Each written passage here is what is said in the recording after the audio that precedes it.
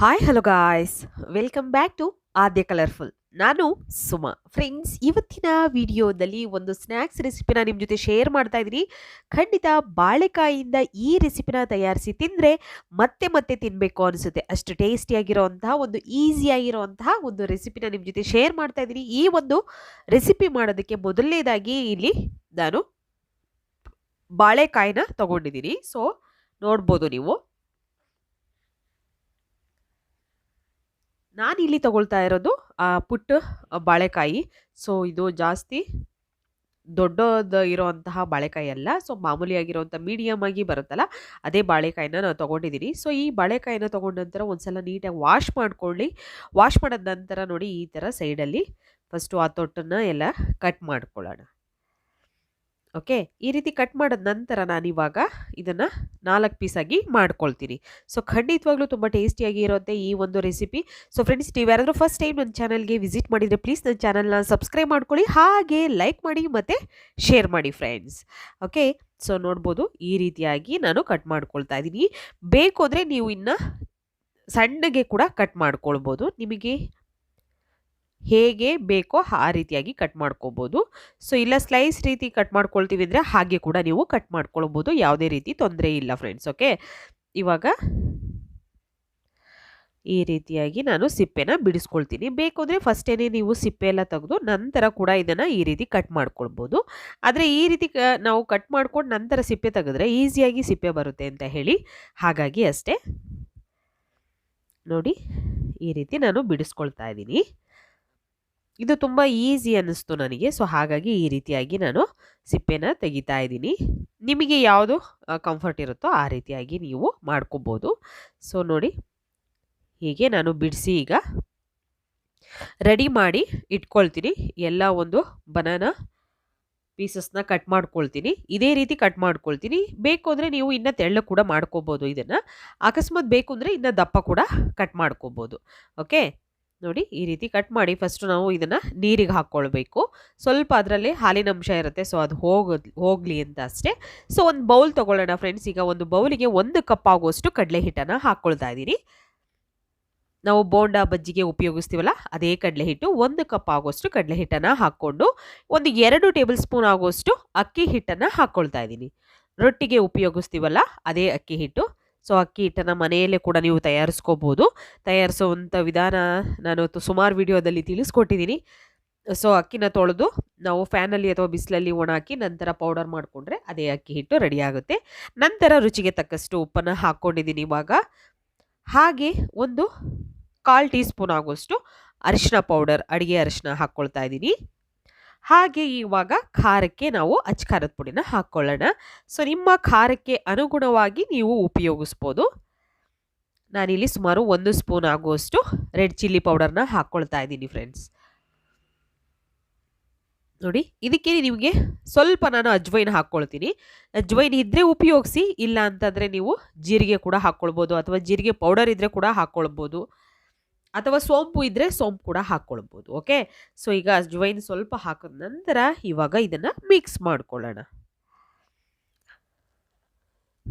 ನೀಟಾಗಿ ಫಸ್ಟು ಒಂದು ಮಿಕ್ಸ್ ಮಾಡ್ಕೊಳ್ಳೋಣ.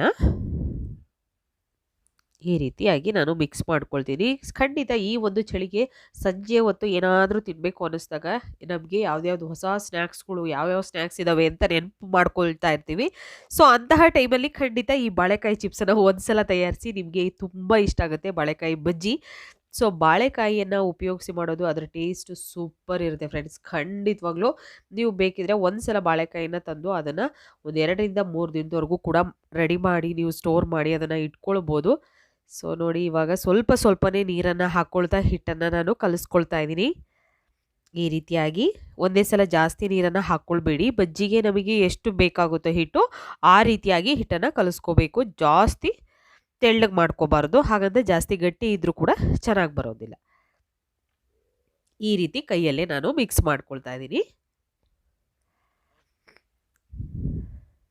ನೋಡಿ, ಹೀಗೆ ಮಿಕ್ಸ್ ಮಾಡ್ಕೊಳ್ಳೋಣ. ಈಗ ಕರೆಕ್ಟಾಗಿದೆ ಹಿಟ್ಟು. ಸೊ ಇದಕ್ಕೆ ಒಂದು ಟಿಪ್ಸ್ ಕೂಡ ಹೇಳ್ತೀನಿ ಈ ಒಂದು ವಿಡಿಯೋದಲ್ಲಿ. ಮಾಮೂಲಿಯಾಗಿ ನಾವು ಬಜ್ಜಿ ಮಾಡಬೇಕಾದ್ರೆ ಈ ರೀತಿಯಾಗಿ ಒಂದು ಬೌಲಲ್ಲೇ ಮಾಡಿಕೊಂಡು ನಂತರ ಇದರಲ್ಲೇ ಡಿಪ್ ಮಾಡಿ ನಾವು ಹಾಕ್ಕೊಳ್ತೀವಿ. ಬಟ್ ಈಗ ನಾವು ಒಂದು ಸಿಂಪಲ್ ಆಗಿರೋಂತಹ ಒಂದು ಟಿಪ್ಸನ್ನು ನಾನು ಇದರಲ್ಲಿ ನಿಮ್ಗೆ ಜೊತೆ ಶೇರ್ ಮಾಡ್ತೀನಿ. ಸೊ ಈಗ ಹಿಟ್ಟು ಕಲಸಾಗಿದೆ. ಇವಾಗ ಒಂದು ಚಿಟಿಕೆಯಷ್ಟು ಬೇಕಿಂಗ್ ಸೋಡಾ ಹಾಕೊಳ್ಳೋಣ. ಒಂದು ಚಿಟಿಕೆ, ಜಾಸ್ತಿ ಬೇಡ, ಸ್ವಲ್ಪ ಹಾಕ್ಕೊಳ್ತಾ ಇದ್ದೀನಿ. ಬೇಕು ಅಂದರೆ ಉಪಯೋಗಿಸಿ, ಇಲ್ಲ ಅಂತ ಅಂದರೆ ಇದನ್ನು ಕೂಡ ನೀವು ಸ್ಕಿಪ್ ಮಾಡ್ಬೋದು, ಏನು ತೊಂದರೆ ಇಲ್ಲ. ಈಗ ಸ್ವಲ್ಪ ಅದ್ರ ಮೇಲೆ ನೀರು ಹಾಕಿ ನಂತರ ಇದನ್ನು ಚೆನ್ನಾಗಿ ಮಿಕ್ಸ್ ಮಾಡ್ಕೊಳ್ಳೋಣ. ಒಂದು 2 ಸೆಕೆಂಡ್ಸ್ ಮಿಕ್ಸ್ ಮಾಡಿಕೊಂಡ್ರೆ ಸಾಕು. ಜಾಸ್ತಿ ನಾವು ಬೇಕಿಂಗ್ ಪೌಡರ್ ಅಥವಾ ಬೇಕಿಂಗ್ ಸೋಡಾನ ಹಾಕಿದ ನಂತರ ಜಾಸ್ತಿ ಹೊತ್ತು ಅದನ್ನು ಮಿಕ್ಸ್ ಮಾಡ್ತಾ ಇರಬಾರ್ದು.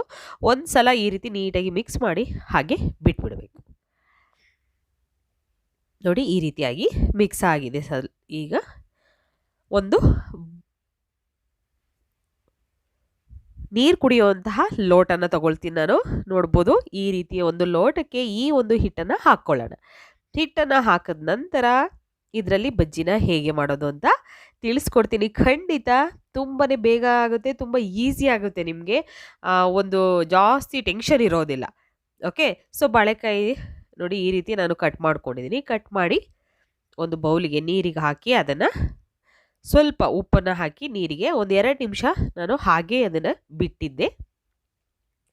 ನೋಡಿ ಇವಾಗ ಈ ರೀತಿ ಕಟ್ಟಾಗಿರೋಂತಹ ಬಾಳೆಕಾಯಿ ಪೀಸಸ್ನ ನಾವು ತೆಗೆದು ಒಂದು ಈ ರೀತಿ ಲೋಟಕ್ಕೆ ಹಾಕ್ಕೊಳ್ಳೋಣ. ಇವಾಗ ಒಂದು ಬಾಳೆಕಾಯಿ ಪೀಸನ್ನು ತಗೊಂಡು ಈ ಹಿಟ್ಟಲ್ಲಿ ಡಿಪ್ ಮಾಡೋದು. ಈ ರೀತಿಯಾಗಿ ಎದ್ದಿ ನೋಡಿ ಎಣ್ಣೆ ಕಾದಿದೆ. ಸೊ ಇವಾಗ ಹಾಕ್ಕೊಳ್ಳೋಣ ಬಾಳೆಕಾಯಿ ಬಜ್ಜಿನ.